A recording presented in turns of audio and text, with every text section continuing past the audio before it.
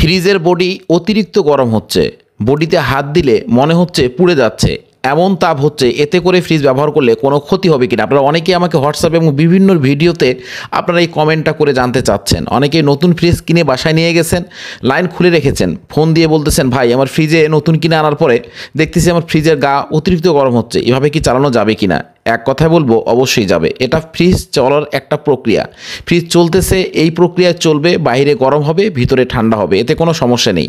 তবে হ্যাঁ, যদি আপনার ফ্রিজের বডি অতিরিক্ত গরম আপনার কাছে মনে হয়, সেক্ষেত্রে আপনি অবশ্যই লক্ষ্য করবেন যে আপনার ফ্রিজের নর্মালে যে পাওয়ার অপশনটি রয়েছে, পাওয়ার কত রয়েছে। যদি আপনি দেখেন 6 বা 7 বা অতিরিক্ত পাওয়ার দেওয়া রয়েছে, আপনি পাওয়ারটা কমিয়ে দিবেন। আপনি অতিরিক্ত পাওয়ার কখন দিবেন এই নিয়মটা আপনারা অনেকেই জানেন না, আমি সামান্যভাবে বলে দিচ্ছি। যদি আপনার ফ্রিজ একই সঙ্গে পরিমাণে বেশি একসঙ্গে মাল লোড করে রাখেন, সেই ক্ষেত্রে অবশ্যই 24 ঘন্টার জন্য পাওয়ারটি বাড়িয়ে দিবেন। বরফ হয়ে গেলে স্বাভাবিক অবস্থায় 2 বা 8 মধ্যে রেখে দেন।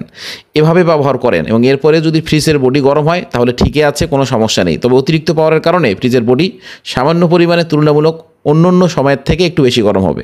আশা করি উত্তরটা পেয়েছেন। এবং ফ্রিজের বডি গরম হওয়া এটা স্বাভাবিক বিষয়, এটা একটা ফ্রিজের প্রক্রিয়া, এতে কোনো সমস্যা হবে না। আশা করি বুঝতে পেরেছেন এবং উত্তরটি পেয়ে গেছেন। ভিডিওটা অবশ্যই শেয়ার করার অনুরোধ রইল।